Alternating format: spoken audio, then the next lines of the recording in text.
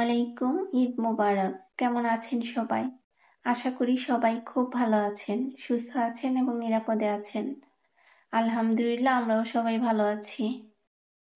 আজকের ব্লগটা আমি চাঁদ রাত থেকে ঈদের দিন পর্যন্ত করেছি, আর সেই ভিডিওটাই আপনাদের সাথে আজকে শেয়ার করছি। তো চাঁদ রাতের ভিডিও এটা। ইফতারির পর আমি কিছু রান্না করে রেখেছিলাম, সেই রান্নাগুলোই। তো প্রথমে গরুর মাংসটা রান্না করে নিলাম বলতে এখন ওটা চুলাতেই আছে। আর এদিকে আমি কিছু তরল দুধ পাতিলে ঢেলে নিলাম, 2টা পাতিলে। তো একটা পাতিলে এখানে 1 লিটার পরিমাণ দুধ জাল করে নিলাম একটু ঘন করে, আরেক চুলায় গরুর মাংস হচ্ছে। আর এই দুধটা দিয়ে আমি টক দই বানাবো। তো টক দইয়ের জন্য দুধটা একটু হালকা ঠান্ডা করতে দিয়ে দিলাম। আর এদিক থেকে কিন্তু গরুর মাংসটাও রান্না হয়ে গেছে। তো আমাদের শেষ ইফতারির পর আমি এই রান্নাটা করেছি। 30 রোজার পরের ইফতারি করে এই রান্নাটা করে নিয়েছি। তো টক দইটা বসিয়ে দিলাম আর গরুর মাংসটাও রান্না হয়ে গেছে। এরপর আমি এই চুলাতে পায়েস বসিয়ে দিলাম। তো মিষ্টি জাতীয় খাবারগুলো ঠান্ডা হলেই ভালো লাগে, এর জন্য আমি আগেই এই রান্নাগুলো করে রাখি। তো তাছাড়া পায়েসটা হতে একটু সময়ও লাগে, তো এর জন্যই আজকে রান্না করে রাখছি। তো গরুর মাংসেও আমি কয়েকটা আলু দিয়েছি আমার জন্য। গরুর মাংসের আলুটা আমার কাছে খুব বেশি ভালো লাগে তাই। আর এটা হচ্ছে পরের দিন সকালবেলা, মানে ঈদের দিন। তো গতকালকে রাতে আমি টক দই বসিয়েছিলাম। তো এইভাবেই কম্বলে মুড়িয়ে একটা কুসুম উপরে দিয়ে চাপা দিয়ে রেখেছিলাম। তো এখন আমি দইটা বের করে নিচ্ছি। তো আজকে আমি দুপুরবেলায় খাবারের সাথে বোরহানি করব। তো বোরহানির জন্যই টক দইটা বসিয়ে দিয়েছিলাম। তো টক দইটা আর একটু বেশি সময় থাকলে হয়তো আরো বেশি ভালোভাবে দইটা জমতো। এখন দইয়ের উপরে যে একটু পানি জমেছে, এটা কিন্তু এই ঢাকনাটা ঘেমে তার উপরে পানি পড়েছে, তবে দইটা জমেছে। তো গত ভিডিওতে আমি একবার মিষ্টি দইটা দেখিয়েছিলাম। তো সাদিয়াস ডে চ্যানেলের সাদিয়া আপু আমার কাছে কিন্তু দইয়ের রেসিপিটা চেয়েছিল। তো আমি আজকে তাড়াহুড়ার জন্য রেসিপিটা শেয়ার করতে পারলাম না, অন্য এক সময় করে দিব আপু। আর তুমি যদি চাও, আমার আগেও একটা ভিডিও আছে দইয়ের রেসিপি দেয়া, তুমি সেটাও দেখে নিতে পারো। তো এরপর আমি আজকে সকালবেলায় সেমাই রান্না করে নিলাম, লাচ্চা সেমাই। আর গতকালকে রাতে যে পায়েস রান্না করে ফ্রিজে রেখে দিয়েছিলাম, তো সেই পায়েসটাই বের করে এখানে ড্রাই ফ্রুটস দিয়ে সাজিয়ে নিলাম। তো আমার ছেলেরা আবার লাচ্চা সেমাইটা পছন্দ করে, তো ওদের জন্য লাচ্চা সেমাইটা রান্না করে নিলাম। আবার ছেলের বাবার পায়েস পছন্দ, তোর জন্য তো গতকালকে রাতে পায়েস রান্না করে রেখেছি। আর এদিকে আমি মুরগি ভেজে নিলাম, মুরগির কোরমা করব। এটা আমার ছোট ছেলের উদ্দেশ্যে, ও মুরগির কোরমা পছন্দ করে, গরুর মাংস খায় না।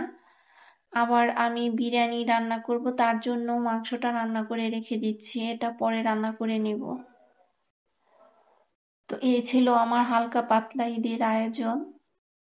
তো এখন দুপুরবেলায় আমার সবগুলো রান্না হয়ে গেছে। আমি পোলাও রান্না করে নিয়েছি, গরুর মাংসটা গতকালকে রান্না করেছিলাম, আবার আমরা রাতে খেয়েছি। আর এখন আমরা খাবো গরুর মাংস, মুরগির কোরমা, সাথে যে বোরহানিটাও আমি বানিয়ে নিচ্ছি। তো আপনাদের সবার ঈদ কেমন কাটলো কমেন্টসে জানাবেন। নিশ্চয়ই সবাই খুব আনন্দে কাটিয়েছেন। কিন্তু আমাদের ঈদ এই 4 দেয়ালের মধ্যেই বন্দি ছিল। ছেলেদের নিয়ে ছেলের বাবা নামাজে গিয়েছিল, নামাজ পড়ে এসেই সেই বাসাতেই। আসলে এইভাবে ঈদ ভালো লাগে না, ছোটবেলার ঈদের কথাগুলো সবসময় মনে পড়ে।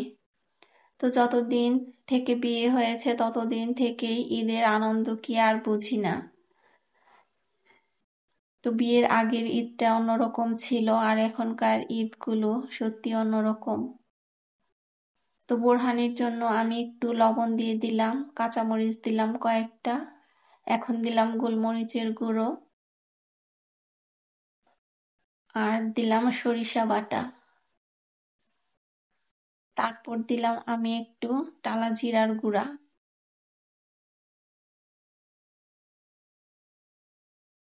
তো এখানে বিট লবণ দিলে ভালো হতো, আমার ঘরে এখন আর বিট লবণ নেই, এর জন্য আমি পিঙ্ক সল্ট দিয়ে দিলাম অল্প পরিমাণে। আর দিব একটু চিনি। তো আমার কাছে দইয়ের পরিমাণটা একটু কম মনে হয়েছে, এর জন্য পরে আবার একটু দই দিব। তো ফ্রেশ কিছু পুদিনা পাতা দিব আর কিছু পুদিনা পেস্ট করা আছে ডিপ ফ্রিজে, তো সেখান থেকেও আমি একটু পুদিনা বাটা দিয়ে দিচ্ছি। আর কিছু পাতা দিব, ফ্রেশ পাতা যেগুলো আছে, তো সেখান থেকেই। তো ছেলের বাবা আজকে বোরহানি খেতে চেয়েছে, তো ওনার জন্যই আমি আজকে বোরহানিটা বানাচ্ছি। তো দিয়ে দিলাম আর একটু দই।